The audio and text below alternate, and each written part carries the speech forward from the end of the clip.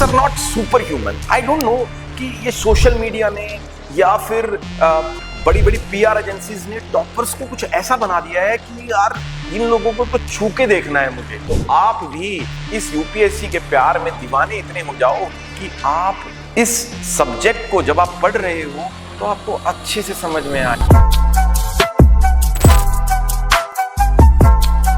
पता है, जब हम यूपीएससी की तैयारी स्टार्ट करते हैं ना, हमें क्या लगता है कि टॉपर जो है वो कुछ अलग कर रहा है और उसको हमें फॉलो करना है। टॉपर के जैसे हम स्ट्रैटेजी फॉलो करेंगे और आईएएस बन जाएंगे। ये ना एक अच्छा एक लॉजिकल माइंड ऐसे ही सोचता है और मैं भी आपकी जगह होता तो ऐसे ही सोचता। मगर मैं अपने कुछ एक्सपीरियंसेस आज आपसे शेयर करना चाहता हूं, उन टॉपर्स के जिन्होंने क्लियर किया एग्जाम, एज वेल एज उन लोगों के जिन्होंने क्लियर नहीं किया, जिससे आप एक अच्छा डिसीजन ले सकें और एग्जाम को क्लियर कर सकें फर्स्ट अटेम्प्ट में। अगर मैं बात करूं टॉपर्स ऐसे क्या करते हैं, देखो बच्चों, आप किसी डॉक्टर पे जाते हैं, एज्यूम करो डॉक्टर क्या करें, मान लो डॉक्टर आपको 15 इंजेक्शन लगा दे एक साथ, तो आप ठीक हो जाओगे या आपकी हालत और बुरी हो जाएगी। तो इसका मतलब है कि आपको पहले चेकअप कराना है कि मुझे मलेरिया है, टाइफाइड है, डेंगू है, क्या है, तब जाके आपको अपना इलाज कराना है। ऐसे ही टॉपर्स जब एग्जाम अटेम्प्ट कर रहे हैं यूपीएससी का, तो they understand the demand of the exam. सबसे पहले अपने मरीज, बीमारी को जानो और उसकी मर्ज आप इजाद करो। तो understanding the exam requirement becomes very important. ये कैसे आती है, हमें सबसे पहले समझना होगा सिलेबस यूपीएससी का 4 जीएस के पेपर्स हैं और एक एसए का पेपर है। अगर हम पेपर 1 की बात करें, जिसमें history, geography, Indian society components हैं, इन कंपोनेंट्स को अच्छे से समझना जरूरी है। पेपर 2 में पॉलिटी, आईआर, सोशल जस्टिस और गवर्नेंस जैसे टॉपिक हैं, इनको समझना जरूरी है। पेपर 3 में economics, internal security, disaster management, ये सब जैसे टॉपिक हैं। और पेपर 4 जो एथिक्स है, इन चारों पेपर ये जनरल स्टडीज के पेपर हैं। इसके बाद आता है एसए का पेपर। आपको इन सब्जेक्ट्स का एक मेजर बाउंड्री एरिया पता होना चाहिए कि है क्या ये चीज। अब आपने सिलेबस को अंडरस्टैंड किया, अब आप देखिए प्रीवियस ईयर क्वेश्चंस को। प्रीवियस ईयर क्वेश्चंस बहुत सारे बच्चे 2 मेंस लिख चुके होते हैं, उनको प्रीवियस ईयर क्वेश्चंस उन्होंने अटेम्प्ट ही नहीं किए। अरे भाई, कितनी बड़ी भूल है अगर वो प्रीवियस ईयर क्वेश्चंस को ही अटेम्प्ट नहीं करते, क्योंकि प्रीवियस ईयर क्वेश्चंस यूपीएससी के एग्जामिनर को उसके माइंड तक पहुंचने की एक की है, जिसके थ्रू आप इस एग्जाम की रिक्वायरमेंट को समझ सकते हो। लेकिन हम क्या करते हैं, हम कभी भी प्रीवियस ईयर क्वेश्चन को स्टडी नहीं करते। और मैं तो आपको बोलूंगा कि प्रीवियस ईयर क्वेश्चन सिलेबस पढ़ने के तुरंत बाद समझो कि वो क्या पूछ रहे हैं। हो सकता है आपने केबीसी देखा और केबीसी देखने के बाद आपने समझा कि एग्जाम में तो हमें पता होना चाहिए कि भारत की राजधानी क्या है, हरियाणा की राजधानी क्या है, दिल्ली की राजधानी क्या है, दिल्ली यूनियन टेरिटरी है। इस तरह के फैक्ट्स आप कलेक्ट करते चले जाते हो। लेकिन एग्जाम में क्या पूछ रहे हैं कि दिल्ली इतना पॉल्यूटेड सिटी क्यों है, वो पूछ रहे हैं हरियाणा पंजाब के बीच में जो रिवर वाटर शेयरिंग इशू है ये क्यों है। अब आप समझिए, एग्जाम का नेचर पता लगता है आपको उसके क्वेश्चन से जो प्रीवियस ईयर में आए हैं। Previous year questions verbatim repeat नहीं होंगे, लेकिन आपका दिमाग उनको सोचने लगेगा जैसे आपको प्रिपेयर करना है यूपीएससी का सिलेबस। तो आपको अब समझ में आया ना कि understanding the demand of exam her topper समझता है। यस, वर्ड तो समझ लिया, सर ये करे कैसे, उसको बोलते हैं हाउ ऑफ एग्जाम। हाउ के लिए आपको अपने सोर्सेस सिलेक्ट करने होंगे।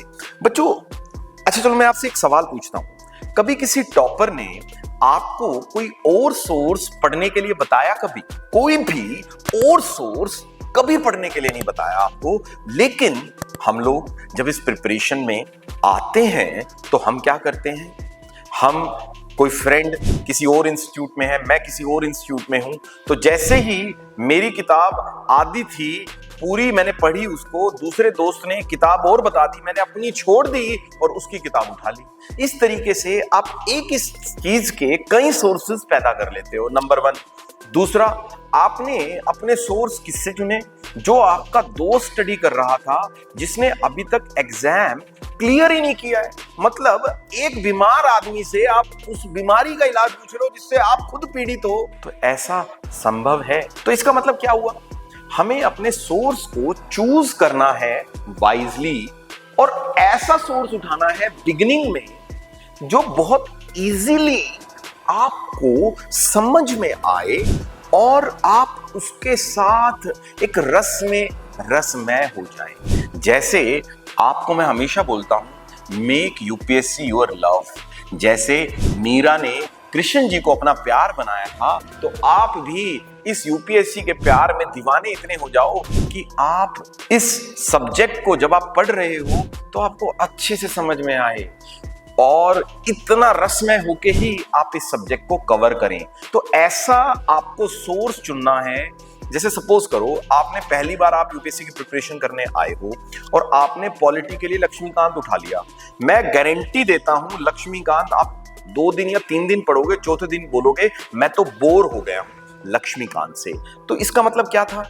आपने वो सोर्स ऑफ अंडरस्टैंडिंग उठाया जो लूसिड नहीं था, इजी नहीं था और समझ में कुछ नहीं आया, बस अच्छा लगा कि लक्ष्मीकांत कवर हो गई है। तो इसका मतलब क्या है? यानी हमें फोकस करना है ऐसी बुक्स पे जो हमें अच्छे से मीनिंग समझा दे। एक और एग्जांपल देता हूं। हिस्ट्री के लिए बहुत सारे बच्चे आते ही स्पेक्ट्रम बुक उठा लेते हैं, राजीव अहीर की मॉडर्न इंडिया के लिए। बुक अच्छी है, कोई बुराई नहीं है, लेकिन बिगनर के लिए वो इनिशियली पढ़ना बहुत डिफिकल्ट होता है। उठा लेते हैं प्लासी टू पार्टीशन सुमित सरकार की। मैं गारंटी देता हूं, अगर आपको ये किताब समझ में आ जाए तो पहले वो सोर्स उठाओ जिसको आप लूसिडली अच्छे से समझ सकते हो। उसको मैं बोलता हूं बिल्डिंग। जब आप एक बेस बना लोगे ना, बिल्डिंग की फाउंडेशन बना लोगे, उसके ऊपर पेंट करना बहुत इजी हो जाएगा और आप मल्टीपल सोर्सेस ऐड कर सकते हो। आपको आने वाली वीडियोस में मैं जरूर बताऊंगा कि कौन से सोर्सेस किस टॉपिक के लिए आपको पढ़ने हैं, जिससे आप उस सब टॉपिक को अच्छे से कवर कर सकें। दूसरी चीज, बच्चों, जीवन में ना विश्वास बहुत बड़ी चीज है। ये जो विश्वास है ना, ये हमें ऐसे नहीं आता है। हमें विश्वास अपने सोर्स पे ही नहीं है, हमें विश्वास है उस कोचिंग पे जिसका हित है अपने ही इंस्टीट्यूट के नोट्स बेचना। हमें विश्वास करना है अपने आप पर। अगर मेरे को वो टॉपिक एक पर्टिकुलर किताब से समझ में आ रहा है तो मैं वही किताब पढ़ूंगा। बच्चों, मैंने देखा है हिस्ट्री, मॉडर्न हिस्ट्री के लिए रामचंद्र गुहा पढ़ के भी टॉपर सिलेक्ट होते हैं, सुमित सरकार पढ़ के भी टॉपर सिलेक्ट होते हैं, बीएल ग्रोवर पढ़ के भी टॉपर सिलेक्ट होते हैं। तो किताब आपको चूज करनी है, और जब किताब को चूज कर लिया ना, वो कहते हैं ना कि मैंने तुझे अपना मान लिया तो ठान लिया। तो बस यही ख्यालात से आपको अपने सोर्स पे विश्वास रखना है और इस सोर्स को आपको डेली नई नई चीजें ऐड करनी है। मैं आपको गारंटी देता हूं बच्चों, आप किसी टॉपर टॉक में जाना, आप पाएंगे कि टॉपर्स सभी सेम किताबें बता रहे हैं। क्यों? उन्होंने किताब वही पढ़ी है। सक्सेस वाले ने भी वही किताब पढ़ी, फेलियर वाले ने भी वही, लेकिन सक्सेस वाले ने वो किताब पढ़ी 15 बार, एक किताब 15 बार पढ़ी। फेलियर वाले ने 15 किताब पढ़ी मगर एक बार। फैसला आपका है। आप अपनी बुद्धि, अपना विवेक यूज करके आप अपने सोर्सेस को चुनेंगे, जिसके उपरांत आप उनको रिपीटेड बेस पर स्टडी करेंगे। देखो बच्चों, कोई भी कार्य जीवन में सक्सेसफुल नहीं होता जब तक हम उसके लिए सतत, बिना रुके, बिना झुके, बिना थके प्रयास नहीं करते हैं। और बच्चे क्या करते हैं कि जैसे मेरा ये टॉपिक कंप्लीट होगा मैं तब लिखूंगा एमसीक्यू। आपको स्टेज वाइज प्रिपेयर करना है। आप प्रीलिम्स पास आ रहा है तो एमसीक्यू प्रैक्टिस करने हैं। मेंस से पहले मेंस की आंसर राइटिंग करनी है। इंटरव्यू आ रहा है तो आपको बोलने की तैयारी करनी है। होता क्या है, बच्चे आंसर राइटिंग जब मेंस के 1 या 2 महीने रह रहा है तब आंसर राइटिंग करते हैं।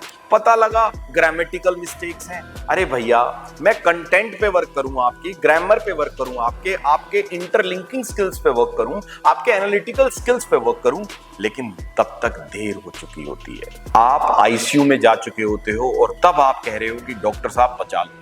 तो बेसिकली आपको ये करना है कि आपको अपने सब्जेक्ट के लेके प्रैक्टिस करनी है। वो कहते हैं ना कि it is better to sweat in practice rather bleed in battle.